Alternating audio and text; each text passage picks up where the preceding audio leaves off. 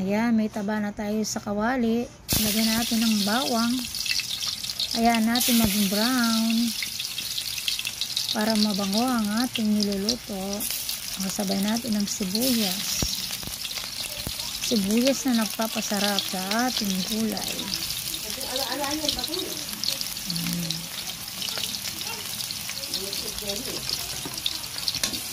Hahaluin lang natin sa sandok. Ayan. Sama natin ang kamatis. Sarap na ang gulay. Hahaluin lang natin.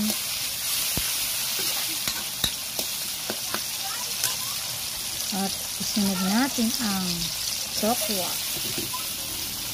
Ayan po. Applied na po ang ating tokwa. Ayan, hahaluin lang natin. Lagyan natin ang oyster sauce para ito mas masarap pa.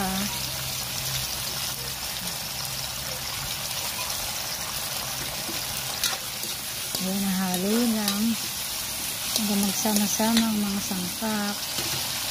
Ilagay na natin ang tinatawag na tofu. Ayan po, hahaluin lang natin yan. Thank you for watching.